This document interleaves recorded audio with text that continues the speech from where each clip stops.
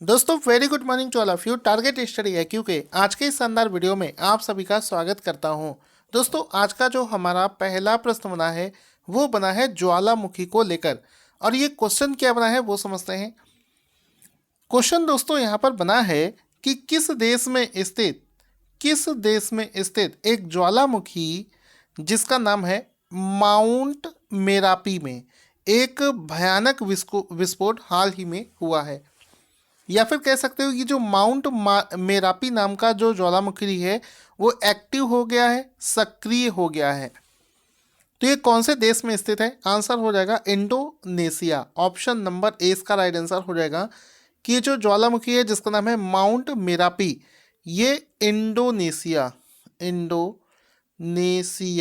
Indonesia देश में पाया जाता है। ये क्वेश्चन मोस्ट इम्पॉर्टेंट है, इसको ध्यान में रखना, एग्जाम में पूछे जाने के चांसेस बहुत ज़्यादा हैं।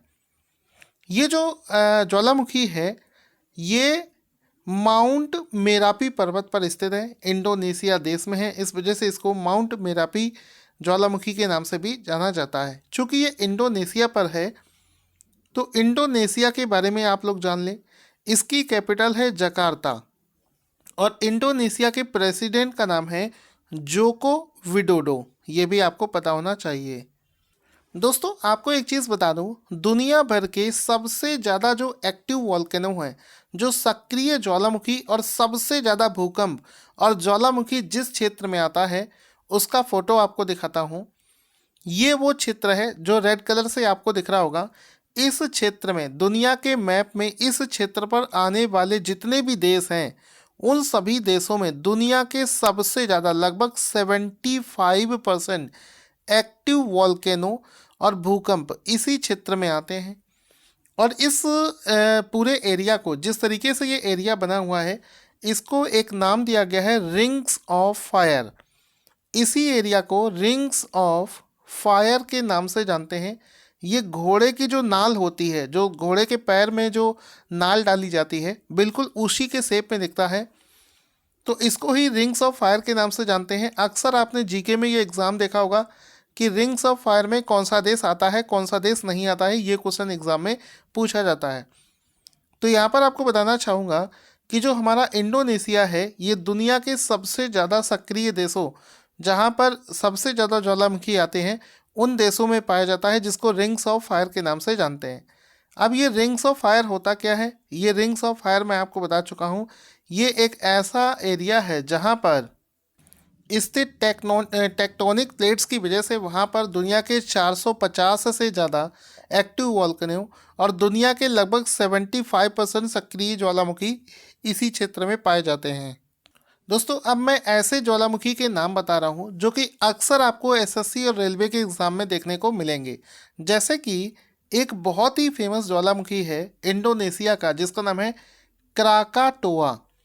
क्राकाटोआ इंडोनेशिया का, जापान का माउंट फ्यूजी और यूनाइटेड स्टेट ऑफ अमेरिका का सेंट हेलेना। ये जो वॉल्केनोस हैं ये विश्व के प्रमुख ज्वालामुखी जो हैं ये रिंग्स ऑफ फायर में ही पाए जाते हैं। तो इनके नाम और ये कौन से देश से बिलोंग करते हैं ये भी आपको पता होना चाहिए। इसी तरीके से दुनिया के सबसे ज़्यादा विनाशकारी ज्वालामुखी जिसका प्रकोप बहुत विनाशकारी होता है उसका नाम है पोपोकैटेपिटल, जो कि मैक्सिको में स्थित है। ये भी रिंग्स ऑफ फायर में स्थित है।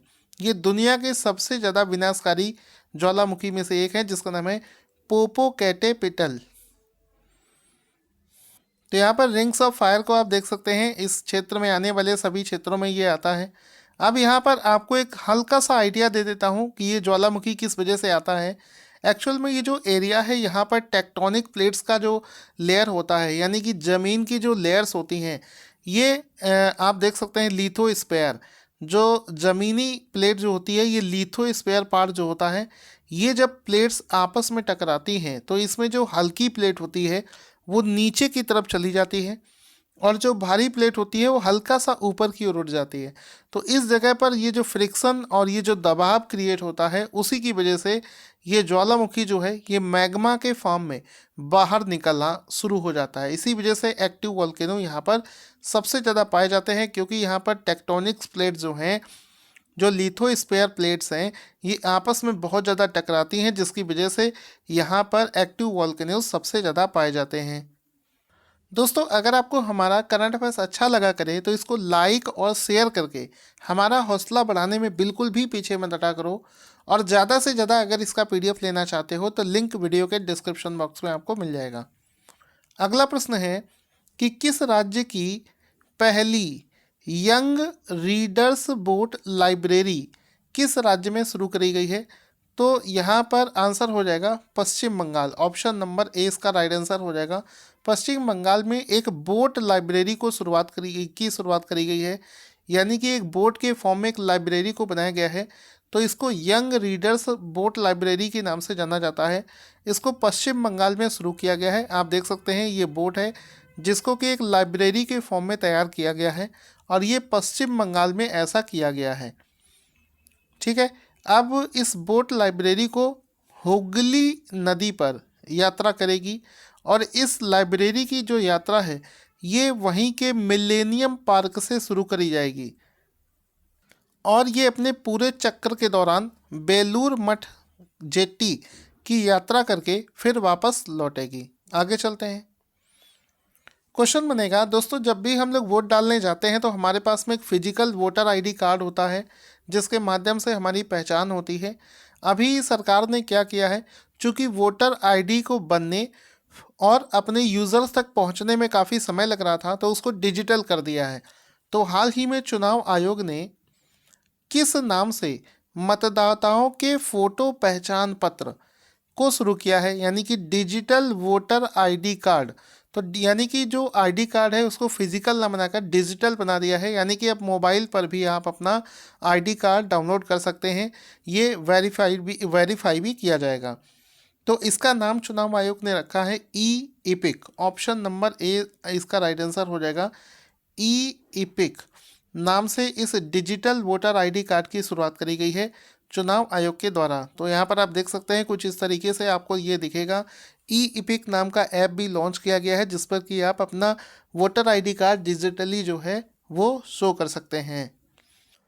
अब चूंकि चुनाव आयोग की बात हुई है, भारत के मुख्य चुनाव आयुक्त हैं सुनील अरोरा। मुख्य चुनाव आयुक्त का गठन 25 जनवरी 1950 को किया गया था और हाल ही में 25 जनवरी को वोटर्स डे भी मनाया गया था। मुख्य चुनाव आयुक्त का मुख्यालय कहाँ पर है? ये है नई दिल्ली में। ये आपको पता होना चाहिए। आगे चलते हैं। हाल ही में किस मंत्रालय ने भारत पर्व का आयोजन किया है? आंसर हो जाएगा भारत के पर्यटन मंत्रालय के द्वारा भारत पर्व नाम से एक पर्व का आयोजन किया गया है। तो भारत पर्व का आयोजन जो है ये पर्यटन विभाग के द्वारा किया गया है। ऑप्शन नंबर सी इसका राइट आंसर हो जाएगा। आप देख सकते हैं इसकी शुरुआत इस तरीके से यहाँ पर की गई है। एक क्वेश्चन इससे रिलेटेड ये पूछा जा सकता है कि भारत पर्व का उद्घाटन किसने किया है? तो भारत पर्व का उद्घाटन किया है ओम बिरला जी ने। और ओम बिरला इस समय क्या है? ये लोकसभा के अध्यक्ष हैं ओम बिरला। उन्होंने ही यहाँ पर जैसा कि आप देख सकते हैं भारत पर्व की जो उद्घाटन है ये ओम बिरला जी ने करी है, जैसा कि आप इनका फोटो भी देख सकते हैं। ये जो भारत का पर्यटन मंत्रालय है ये हर साल 26 जनवरी से 31 जनवरी तक इसका आयोजन करता है। और इस कार्यक्रम के दौरान क्या किया जाएगा, हमारे देश की संस्कृति, हमारे जितने भी राज्य हैं यानी कि 28 राज्य और 8 केंद्र शासित प्रदेश जो हैं उनकी कला, संस्कृति, भोजन, पहनावा, परंपरा, इन सभी को इस पर्व के माध्यम से इस जानने और समझने का मौका हमें मिलता है। भारत पर्व को सबसे पहले 2016 में शुरू किया गया था। ये भी आप लोग पॉइंट याद रखेंगे। अगला क्वेश्चन बनेगा कि जापान के किस पूर्व प्रधानमंत्री को भारत सरकार द्वारा देश के दूसरे सबसे बड़े नागरिक पुरस्कार जिसका नाम है पद्म विभूषण से सम्मानित किया गया है? तो आंसर हो जाएगा जापान के पूर्व प्राइम मिनिस्टर जिनका नाम है Shinzo Abe. Option number C इसका राइट आंसर हो जाएगा कि शिंजो आबे को हाल ही में सरकार के द्वारा पद्म विभूषण से सम्मानित किया गया है। ऑप्शन नंबर सी इसका राइट आंसर हो जाएगा। ये जो पद्म विभूषण है ये देश का दूसरा सर्वोच्च नागरिक पुरस्कार है जिसको हाल ही में शिंजो आबे जो कि जापान के पूर्व प्रधानमंत्री हैं उनको दिया गया है। शिंजो आबे का जिस समय कार्यकाल चल रहा था, उन्होंने भारत और जापान के रिश्ते सुधारने में अच्छे काम किए थे, जिसकी वजह से उनको ये अवार्ड दिया गया है। जापान देश के बारे में अगर बात करें तो यहाँ की कैपिटल है टोक्यो, और इस समय जो प्रधानमंत्री हैं उनका नाम है योशिहिदे सुगा। ऐसा माना जाता है कि शिंजो आबे ने स्वास्थ्य कारणों की वजह से जापान के प्रधानमंत्री का पद त्याग दिया था, जिसके बाद में योशिहिदे सुगा को जापान का प्राइम मिनिस्टर बनाया गया था।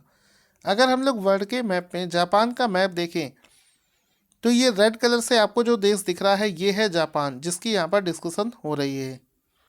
दोस्तों, जो हमारे डीजल और पेट्रोल से चलने वाले वाहन होते हैं ये बहुत ज़्यादा पॉल्यूशन फैलाते हैं। खास करके जो 5 या 10 साल पुराने जो व्हीकल्स हैं वो बहुत ज़्यादा पॉल्यूशन फैलाते हैं।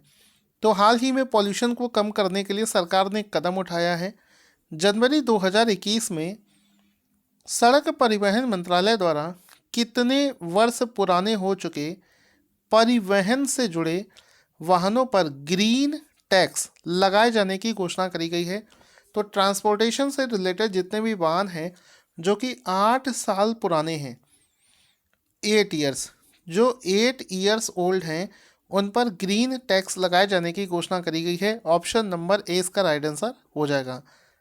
अब इस प्रपोजल से क्या होगा कि जो पुराने वाहन होते हैं वो 25 गुना ज़्यादा पॉल्यूशन फैलाते हैं। इस वजह से 8 साल पुराने वाहनों पर अब ग्रीन टैक्स लगाया जाएगा, और इस टैक्स का जो परसेंटेज होगा वो 10% से 25% तक रखा जाएगा। डिपेंड करता है कमर्शियल व्हीकल है, पर्सनल व्हीकल है, उस बेसिस पर इसको डिफाइन किया जाएगा। इसके अलावा जो हमारे जो पर्सनल व्हीकल्स होते हैं, निजी वाहन होते हैं, वो 15 साल, उसके लिए लिमिट रखी गई है 15 साल। अगर 15 साल पुराना व्हीकल हम लोग अपने पास में रखे हैं तो उस पर भी हमको ग्रीन टैक्स अब देना पड़ेगा। तो जल्दी ही ये नई पॉलिसी लागू हो जाएगी। पॉल्यूशन को कम करने के लिए इस ग्रीन टैक्स को हाल ही में अनाउंस किया गया है। दोस्तों, हाल ही में भारत के प्रेसिडेंट ने एक अवार्ड्स को वितरित किया है। क्वेश्चन बनेगा, राष्ट्रपति रामनाथ कोविंद ने कितने व्यक्तियों को जीवन रक्षा पदक श्रृंखला पुरस्कार, जीवन रक्षा पदक सीरीज अवार्ड 2020 प्रदान करने की मंजूरी प्रदान कर दी है? तो आंसर हो जाएगा option number B 40। Option number 20 का राइट आंसर हो जाएगा 40। ठीक है, तो हाल ही में रामनाथ कोविंद ने 40 लोगों को जीवन रक्षा पदक सीरीज अवार्ड देने की घोषणा करी है। जैसा कि इसका नाम बता रहा है, जीवन रक्षा, ये अवार्ड ऐसे व्यक्तियों को दिया जाएगा जिन्होंने आपातकाल की स्थिति में किसी के जीवन की रक्षा करी है। ऐसे व्यक्तियों को इस अवार्ड से सम्मानित किया जाएगा। अब ये 40 लोगों को दिया जाएगा। इस पदक का फोटो आप देख सकते हैं। इसमें क्या होता है कि किसी व्यक्ति को जो कि अचानक से कहीं पानी में डूब रहा है, दुर्घटनाग्रस्त हो गया है, आग लग गया है, बिजली से जल गया है, या फिर प्राकृतिक आपदाओं का सामना कर रहा है, ऐसे व्यक्ति के जीवन को अगर आपने बचाया है तो फिर ऐसे लोगों को उस अवार्ड से सम्मानित किया जाएगा, उनको रिकॉग्नाइज करके। और कुल मिलाकर 40 लोगों को इस अवार्ड से सम्मानित हाल ही में किया गया है। किस बॉलीवुड अभिनेता ने हाल ही में 72वें रिपब्लिक दिवस के अवसर पर फौजी नामक एक mobile app, gaming app launch किया है? तो आंसर हो जाएगा, हाल ही में अक्षय कुमार ने फौजी नाम से एक नए मोबाइल ऐप को लॉन्च किया है। यहाँ पर आप देख सकते हैं इस तरीके से ये ऐप आपको दिखा होगा।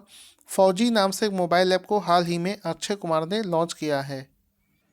अगला प्रश्न बनेगा, उत्तर प्रदेश का पहला जिला कौन सा बना है जिसे जनवरी 2021 में कोरोना मुक्त घोषित कर दिया गया है? तो आंसर हो जाएगा उत्तर प्रदेश का कौशाम्बी जिला उत्तर प्रदेश का पहला ऐसा जिला बना है जिसको हाल ही में कोरोना मुक्त घोषित कर दिया गया है। ऑप्शन नंबर 20 का राइट आंसर हो जाएगा।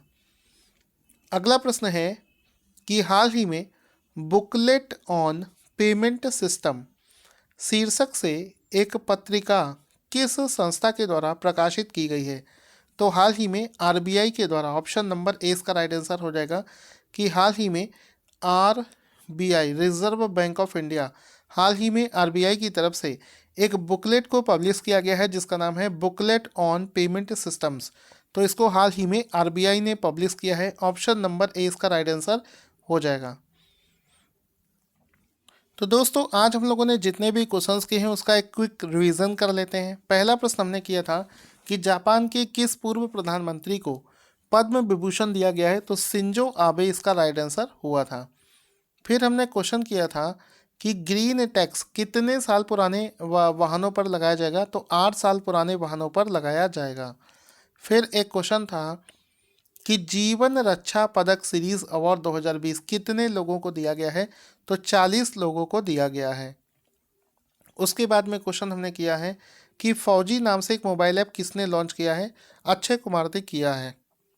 उत्तर प्रदेश के कौन से जिले को हाल ही में कोरोना मुक्त घोषित किया गया है, तो कौशाम्बी इसका राइट आंसर हो जाएगा। फिर है बुकलेट ऑन पेमेंट सिस्टम से किस संस्था ने एक रिपोर्ट जारी करी है, तो आरबीआई इसका राइट आंसर हो जाएगा। ज्वालामुखी माउंट मेरापी में विस्फोट हुआ है, ये किस देश में स्थित है, इंडोनेशिया देश में स्थित है। उसके बाद में आता है आपका यंग रीडर्स बोट लाइब्रेरी किस राज्य में शुरू करी गई है, तो पश्चिम बंगाल में शुरू करी गई है। चुनाव आयोग ने हाल ही में डिजिटल वोटर आईडी कार्ड किस नाम से शुरू किया है, तो ई इपिक नाम से किया है। इसके बाद में भारत पर्व का आयोजन किस मंत्रालय ने किया है, तो पर्यटन मंत्रालय ने इसका शुभारंभ किया है। दोस्तों आज का क्वेश्चन जिसका आंसर आपको देना है कि हाल ही में जेके सिवान को किस बैंक का नया एमडी और सीईओ बनाया गया है। अपना आंसर कमेंट बॉक्स में लिखना ना भूलें। Thank you for watching this awesome video.